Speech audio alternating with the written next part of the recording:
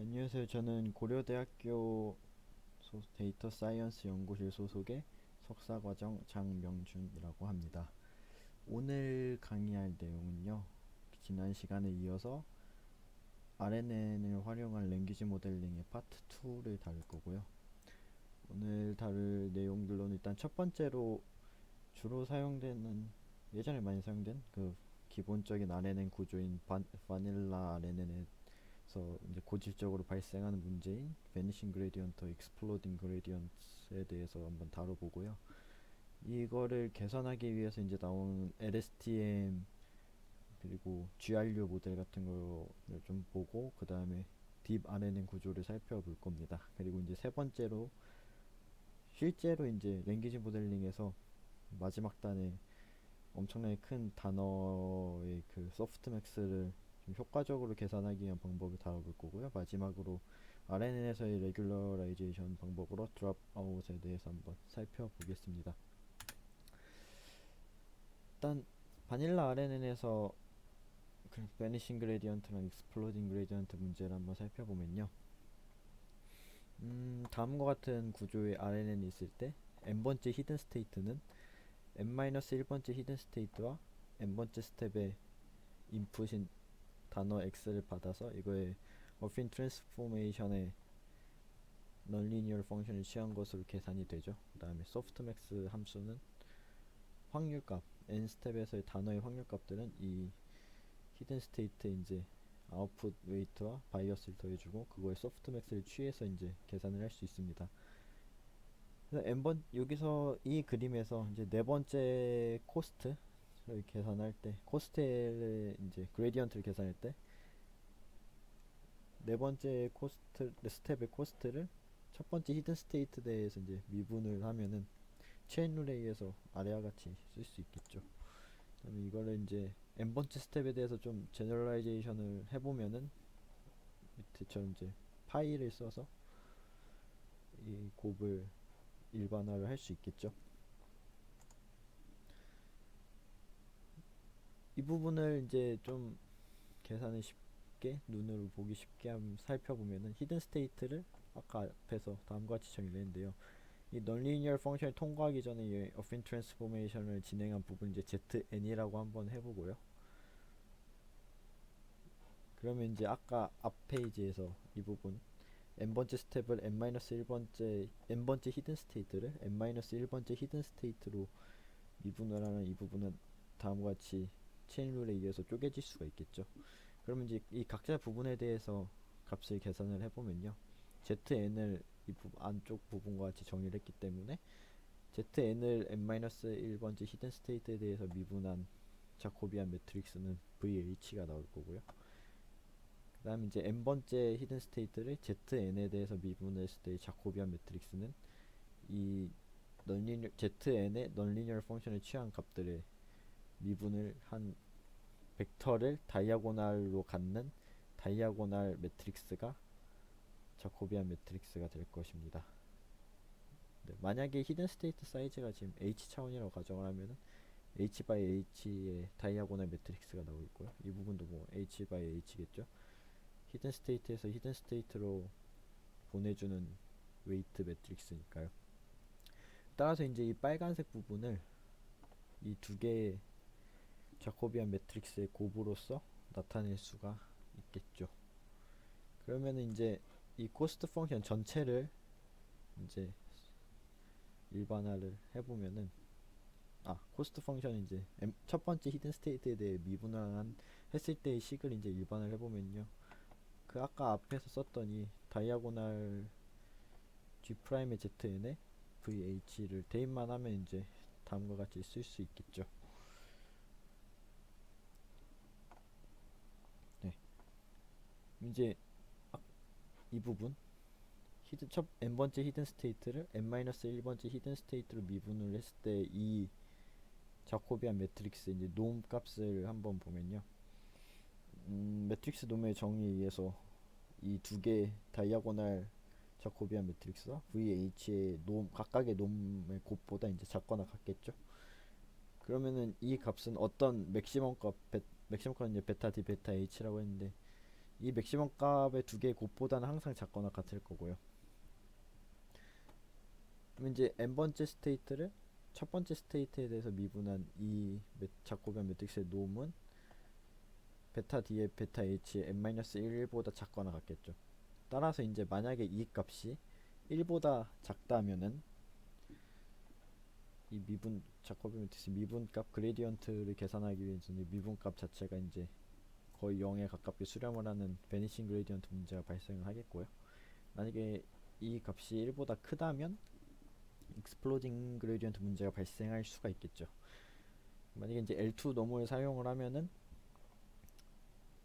L2 놈의 경우는 이 놈값이 루트의 매트릭스의 아이겐밸류 중에 가장 큰 아이겐밸류의 루트보다 루트 값이 이제 놈 값이기 때문에 만약에 그 아이겐밸류가 똑같이 1보다 1이라면 이제 그레디언트가 잘 전파가 되겠지만 1보다 크다면은 익스플로딩 그레디언트 문제가 발생할 수 있고 1보다 작다면은 베니싱 그레디언트 문제가 발생할 수 있겠죠. 이 부분은 이제 그 매트릭스의 투놈 값이 루트 람다의 맥스인 걸 그냥 증명을 해놓은 거고요. 따라서 이제 수학적으로 봤을 때도 RNN의 바닐라 RNN의 구조상 베니싱 그레디언트와 익스플로딩 그레디언트 문제가 발생할 수밖에 없고 일반적으로 이제 그 맥시멈 아이겐밸류 값이 보통 1보다 작은 경우가 많기 때문에 대부분의 경우에 있어서 베니싱 그레디언트 문제가 발생을 한다고 합니다. 그리고 거기에 더해서 저희가 이제 그 넌리니어 펑션을 계속해서 이제 곱해주면서 사용하게 되는데요. 뭐 시그모이드 펑션이나 하이퍼블릭 탄젠트 펑션 같은 경우에 시그모이드는 이제 0부터 1 사이 값으로 매핑을 해주고 하이퍼블릭 탄젠트 같은 경우 이제 마이너스 1부터 1 사이 값으로 매핑을 해주기 때문에 이 값들이 계속 곱해지다 보니까 안 그래도 이제 베니싱 그레디언트 문제가 발생을 하는데 거기에 더 가속화가 되는 거죠. 따라서 이제 이런 베니싱 그레디언트 문제를 한번 해결해 보고자 사람들이 여러 가지 시도를 해봤는데 뭐 세컨드 오더 옵티마이저를 사용하던지 아니면 뭐 이니셜라이제이션을 좀 잘 해보자 등의 시도가 있었는데 가장 좀 좋은 방법은 아예 네트워크 구조 자체를 베니싱 그레디언트나 익스플로딩 그레디언트 문제가 발생하지 않게 바꿔버리는 게 가장 좋은 방법이겠죠. 그래서 나온 게 이제 다들 아시는 LSTM 모델이 나왔고요. 앞에서 살펴본 심플 리커런트 뉴럴 네트워크, 그러니까 바닐라 RNN 같은 경우에는 n번째 히든 스테이트를 업데이트를 함에 있어서 이제 곱하기로서 업데이트를 해주죠. 근데 이 곱하기 때문에 지금 베니싱 그레디언트나 익스플로딩 그레디언트 문제가 발생을 하게 됐고요. 따라서 LSTM에서는 이제 셀 스테이트라는 개념을 도입해서 곱하기가 아니라 더하기로서 업데이트를 해줍니다. 이제 셀 스테이트는 우리는 하나의 그 메모리 장치로서 생각을 할 수가 있고요. n번째 셀 스테이트는 바로 직전 스테이트의 셀 스테이트 더하기 이제 이 부분이 새로 업데이트가 되는 부분이겠죠. 따라서 이제 만약에 n번째 셀 스테이트를 n-1번째 셀 스테이트로 미분을 하게 되면은 1 플러스 어쩌고저쩌고가 될 테니까 그레디언트가 익스플로딩 하거나 베니싱 하지 않고 굉장히 잘 흐를 수 있는 구조를 이제 만든 게 LSTM입니다. 좀 이제 계속 더하기로 업데이트를 해주다 보면은 셀 스테이트가 굉장히 커지게 되는 이제 문제가 생기는데요. 따라서 이제 이런 서메이션에 의해서 커지는 문제를 해결을 하기 위해서 이제 밸런싱을 해줘야 되는데 밸런싱을 해주기 위한 장치로서 이제 게이트라는 개념을 도입합니다. 게이트는 간단히 생각하면은 비율이죠. 비율.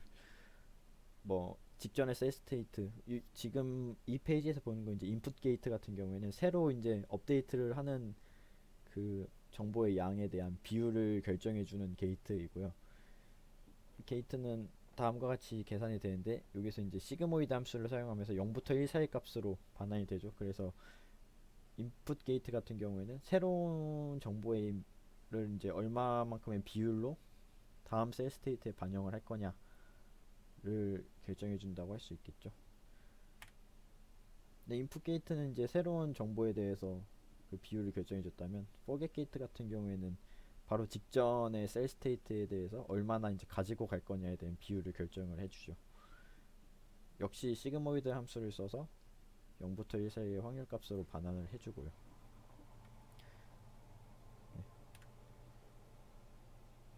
이렇게 인풋 게이트와 포겟 게이트를 이제 설정을 했는데, 그러면 아웃풋 게이트에도 게이트를 설정해 줄 수 있지 않겠냐. 그래서 뭐 굳이 한 다음에 뭐 말리진 않겠죠. 네. 그래서 아웃풋 게이트는 이제 마지막 단에서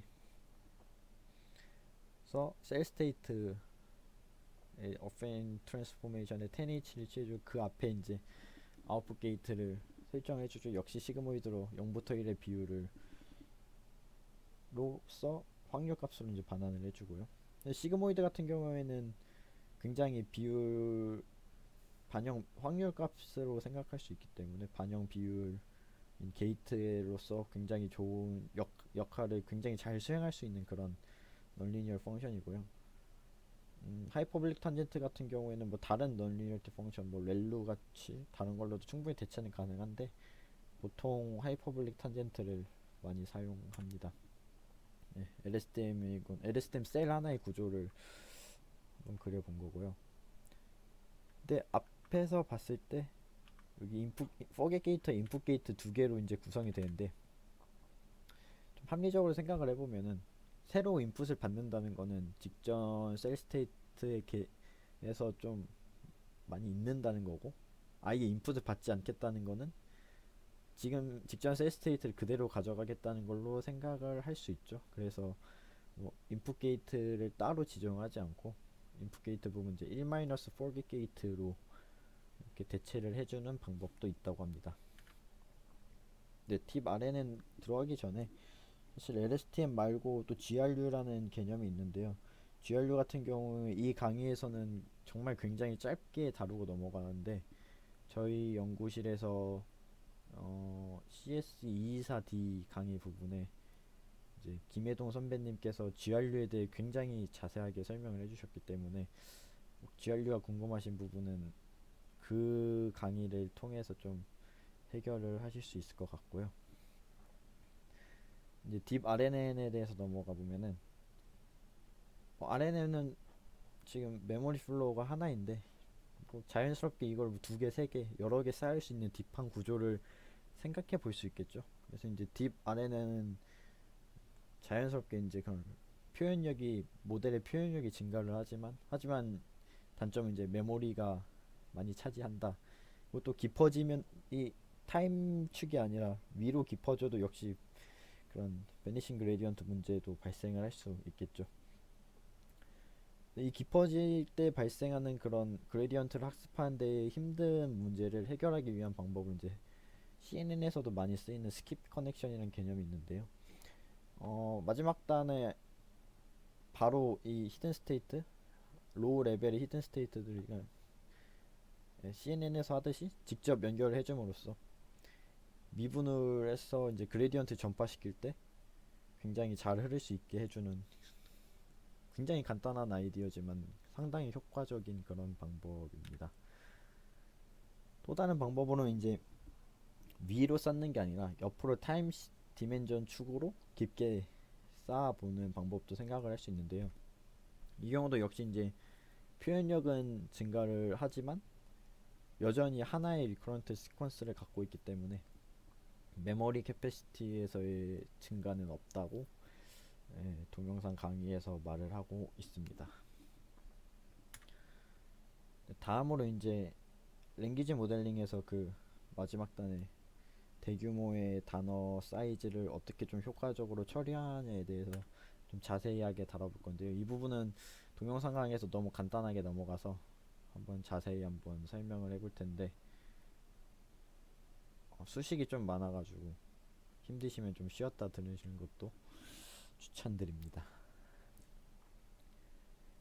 네, 이 마지막 단의 확률 단어의 분포에 대한 확률을 계산을 할 때 히든 스테이트 이제 아웃풋 웨이트를 곱해주고 거기에 어핀 트랜스포메이션 형태의 이제 소프트맥스를 계산하면서 확률 값을 계산하는데, 이 웨이트 같은 경우 이제 사이즈가 단어 크기 곱하기 히든 스테이트의 사이즈인데, 단어 크기가 뭐 적게는 뭐 한 적게는 몇만 개에서 보통 뭐 2, 30만 개 정도 되기 때문에 이 부분을 전부 다 업데이트를 한다는 게 상당히 힘들죠.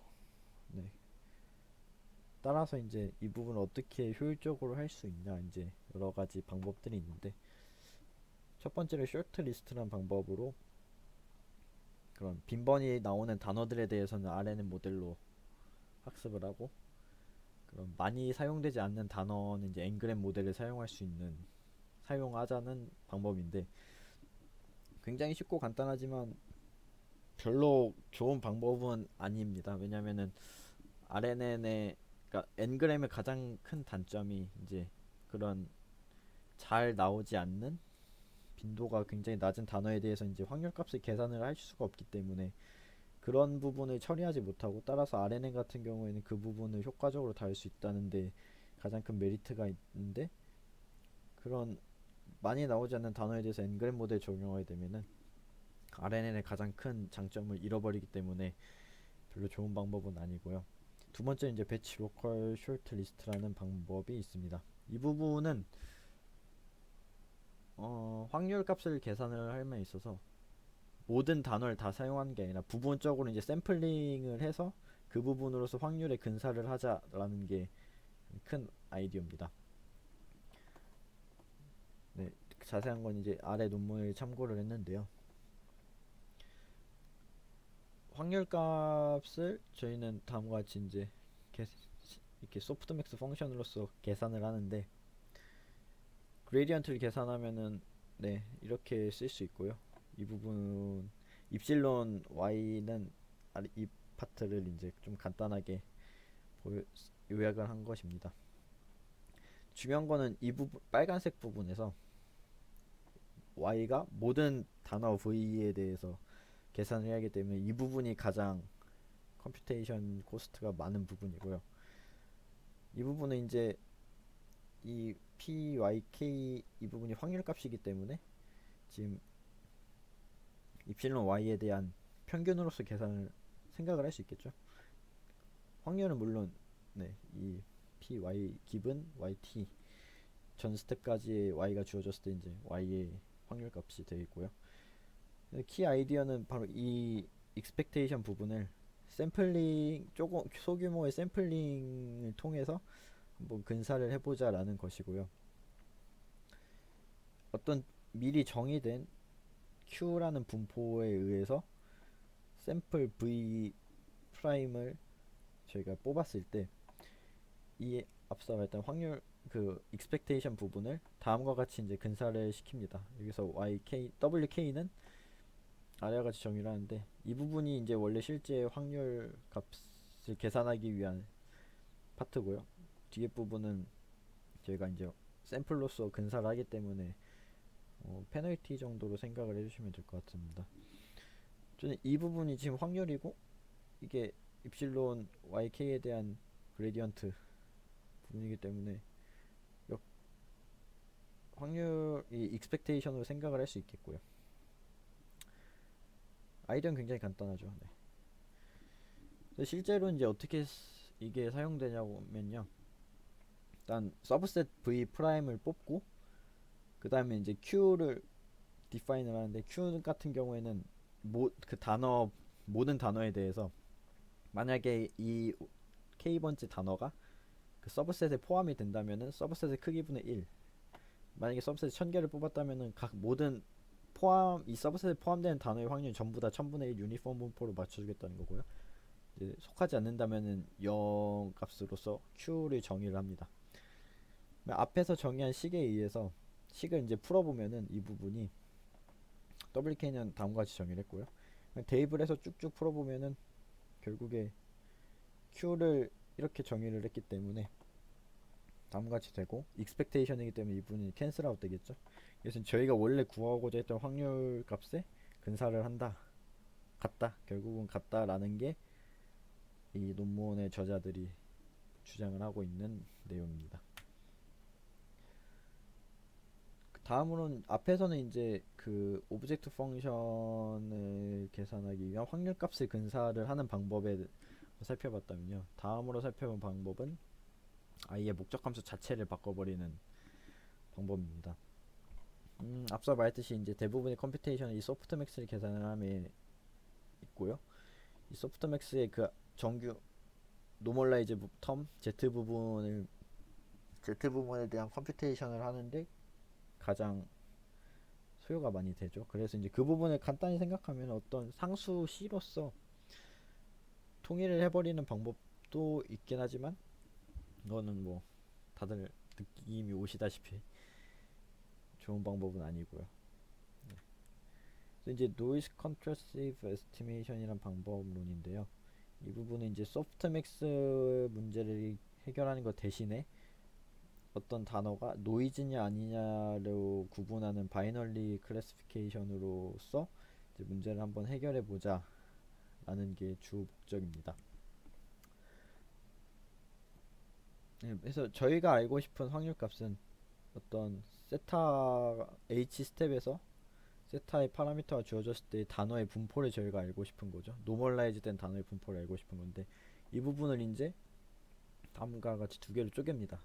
일단 이 P의 세타 제로 H 제로의 W 파트는 노멀라이즈 되지 않은 확률 분포, 즉 이제 노멀라이즈 시키기 전에 값들 이 파트가 되겠고요. 그 다음에 이제 이 부분이 이제 expectation CH 부분이 노멀라이즈 텀이 되겠죠. 이제 전체 파라미터 세타는 이제 세타 제로 그리고 CH로 구성이 되어 있고요. 저희의 목적은 이제 이 세타를 학습을 하는 겁니다. 그래서 이제 두 가지 확률 분포의 정의를 하는데요. 첫 번째는 이제 PDHW는 이 H 전의 스텝에서의 그 컨텍스가 주어졌을 때 단어의 empirical distribution으로 정의를 하고요. PNW 같은 경우는 이제 노이즈 디스트리뷰션인데 이 부분은 이제 저희가 뭐 노이즈 샘플을 유니그램으로의 확률 분포로서 이제 뽑고 그 확률 분포가 되는 거죠. 네. 즉 유니그램으로부터 이제 노이즈 디스트리뷰션을 발생을 시킵니다. 저희의 목적은 저희가 구하고자 했던 이 P 세타의 HW 이 부분을 임플리컬 디스트리뷰션에 이제 근사를 시키면서 이 세타 파라미터를 학습을 시키고자 하는 게 목적입니다. 만약에 해서 이제 노이즈 샘플이 데이터 샘플보다 K배 더 많다고 가정을 하면요. 컨텍스트 H가 주어졌을 때 어떤 단어가 노이즈일 확률을 한번 계산을 해보면은 일단 노이즈일 확률은 K배 많기 때문에 다음과 같이 계산이 되어 있고요. 노이즈가 아닐 확률은 이렇게 계산을 할 수 있겠죠. 그래서 이제 이거 이제 사후 확률 한번 계산해 보면은 어떠한 단어가 주어졌을 때 이제 이 단어가 노이즈지 아니냐의 확률은 이렇게 계산이 되겠고요. 저희의 목적은 앞에서 말했듯이 P 세타 H의 W를 P D H의 W로 근사를 시키는 것이고 따라서 이에 여기 있는 P D H W 부분을 P 세타 H로 바꾸게 됩니다.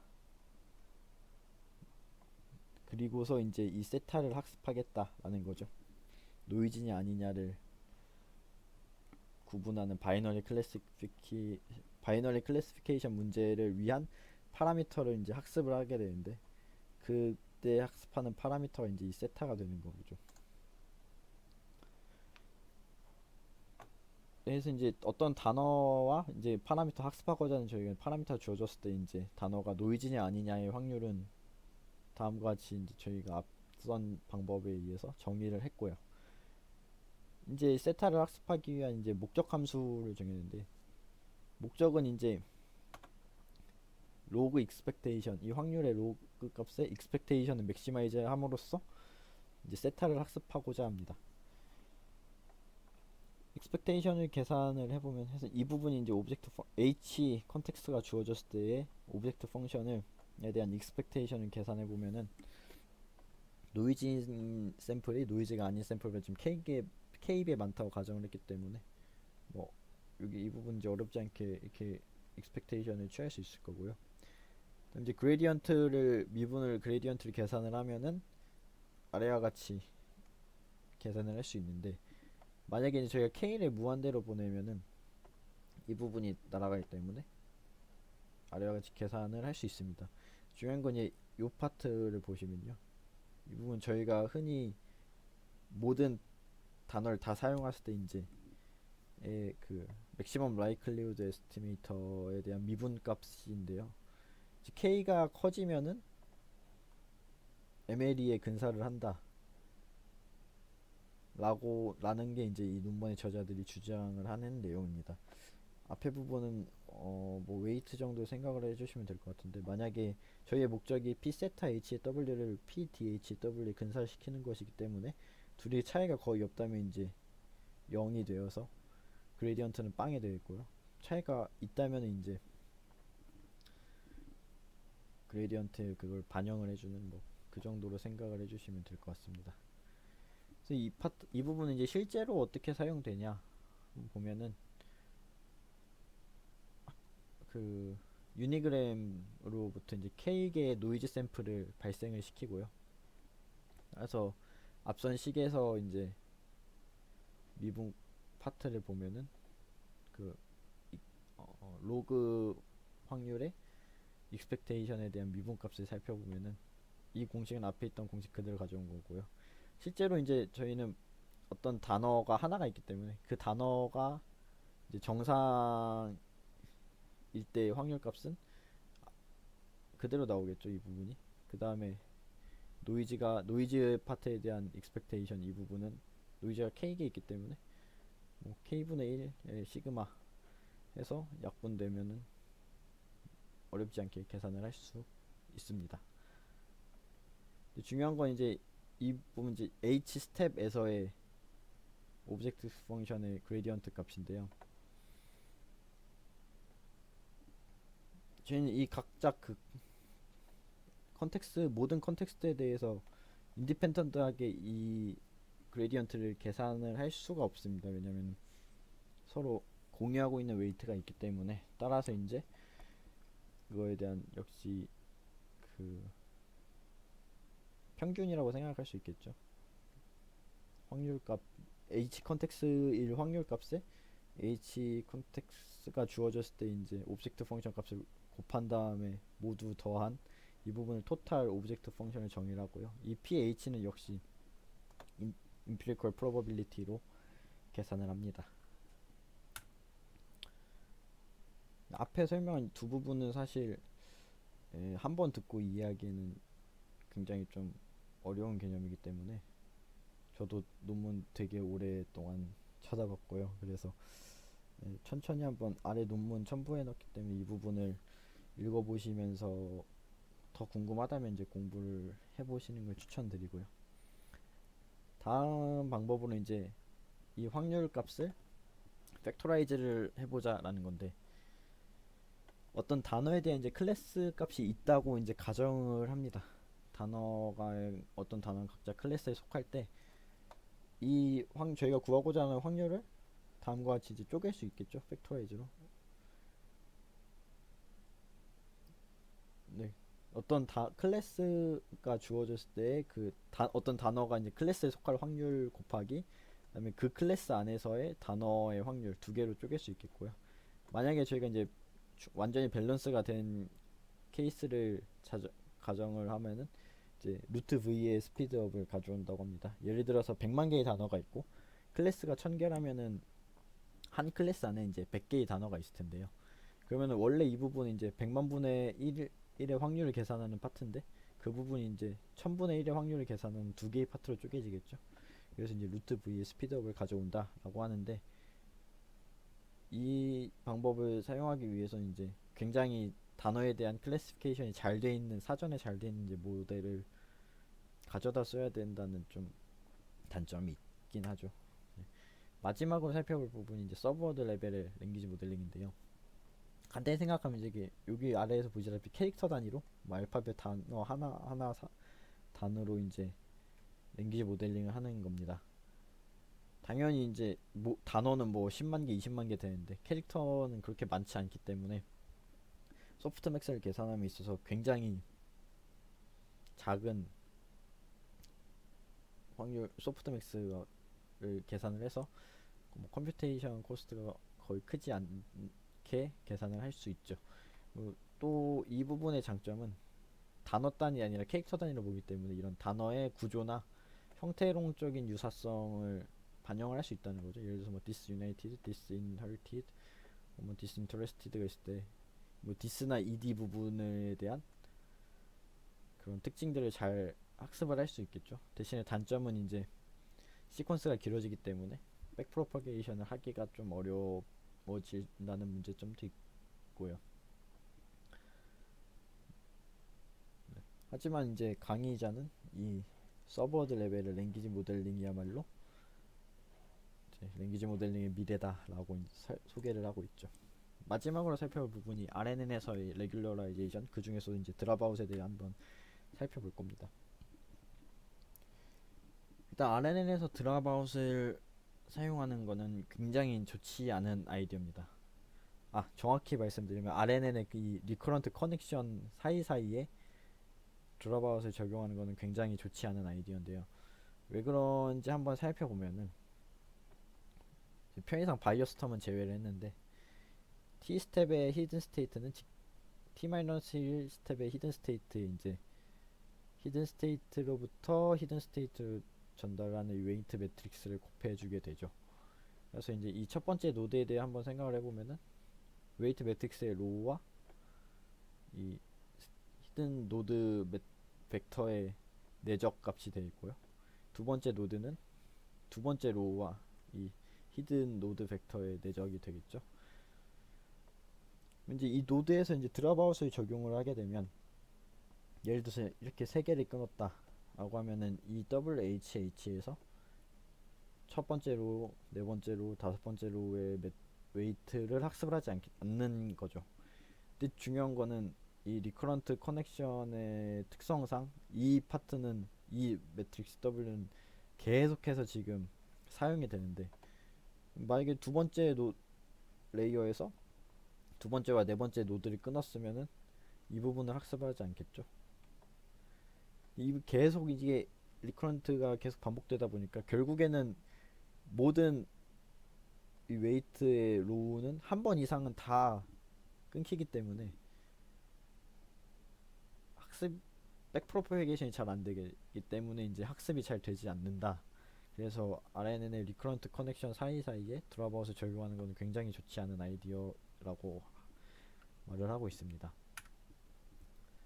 대신에 이제 이 리커런트 커넥션 부분이 아니라면은 어디든지 드랍아웃을 적용해도 상관은 없겠죠. 그래서 뭐 인풋 단이나 아웃풋 단에서는 얼마든지 드랍아웃을 적용해도 문제가 되지 않습니다. 하지만 이제 여전히 이제 이 부분에 대해서 레귤러라이제이션을 해보자 하고 하는 시도가 있었고요. 대표적인 방법으로 이제 소개를 하는 게 그 아까 말했던 WHH 매트릭스에서 한번 이터레이션이 돌 때 랜덤하게 마스킹을 해놓고 그 마스킹이 된 웨이트를 모든 스텝에서 다 공유를 하는 거죠. 또 다음 두 번째 이터레이션에서는 또 랜덤하게 마스킹을 하고 모든 리커런트 커넥션 스테이트에서 그것을 공유하는 이런 방법을 통해서 뭐 리커런트 커넥션 사이에서의 드랍아웃을 한번 적용해 보고자 하는 시도들이 있었습니다. 네, 제가 준비한 발표 내용은 여기까지입니다. 감사합니다.